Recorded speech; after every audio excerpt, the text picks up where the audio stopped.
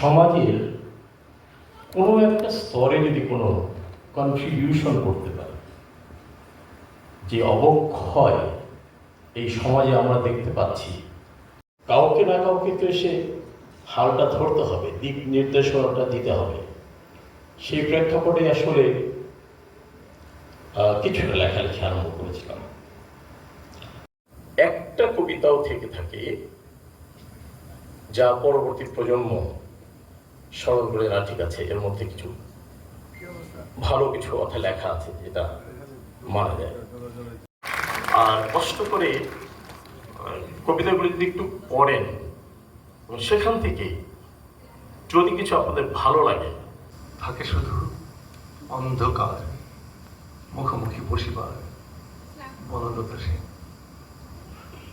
সম্মানিত শরীর, আসলে বন্দিরা বধি সুন্দর, শিশুরা মাতৃক্রোড়ে। আমি এখানে শুদ্ধ আর কেউ নই, প্রাসঙ্গিক কেউ নই। আমি কবিও নই, আবৃত্তি শিল্পীও নই। আমি একজন ছাত্র। এই কাজটা খুব সহজ নয়, অত্যন্ত কঠিন একটা কাজ করেছেন মিস্টার ফজলুল হক। তো যে কথাটা আমি বলতেছিলাম, বক্তৃতা এটা তো একটা শিল্প কৌশল। বক্তৃতা একটা শিল্প কৌশল, কবিতার মতো, সঙ্গীতের মতো। আমি সেটা এনজয় করি, কিন্তু আমি কবিতা ভক্ত একজন মানুষ। শিমুল মোস্তফার আমি একজন এমন ভক্ত, উনি জানেন না সেটা। তাকে আমি গভীর শ্রদ্ধা জানাই।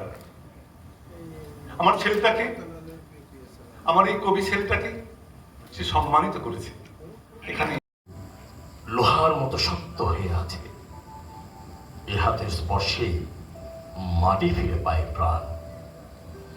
সূর্যের তাপে গায়ের চামড়া পড়েছিল সেই কবে, শুধু তোমাদের কখনো সময় হয়নি চোখ মেলে দেখার। আমি থাকি ঢেউ বয়ে যাওয়া সবুজ ক্ষেতের বাতাসে, নিঃশেষ হয়েও প্রাচুর হয় উচ্ছিষ্ট এই পৃথিবীতে। ক্লান্ত বায়ে শেষ হতে চায় তার জীবনের পথ চলা, সময় পার হয় মৃত্যুদূতের অপেক্ষায়। যদি মাছি ভন ভন করে শরীরের চারিদিকে, মুখের খাবারেও বসতে চায় ক্ষুদ্র ভাগ, নিজে হাতেই থাকে একান্ত যত্নে আগলে রেখো। ইচ্ছা হলে মানুষ পরে নিজ পার্থক্যের দৃশ্য নিয়ে দেখবে। ধৈর্য ও মানসিক দৃঢ়তার অনন্য ফসল এই কাব্যগ্রন্থ। তার এই সৃজনশীলতা আমাদের অনুপ্রাণিত করে, শেখায় প্রতিকূলতার মাঝেও সৃষ্টির আলো জ্বালানো।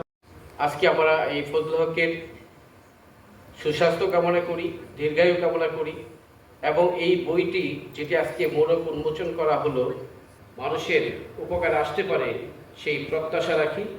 আমি আমাদের ঢাকা বিশ্ববিদ্যালয় অ্যাকাউন্টিং ডিপার্টমেন্টের 13 ব্যাচের পক্ষ থেকে আমাদের এই বন্ধুবর ফজলুল হককে ধন্যবাদ জানিয়ে, সকলের সুস্বাস্থ্য কামনা করে আমি এখানে বিদায় নিচ্ছি। ধন্যবাদ সবাইকে। আসসালামু আলাইকুম।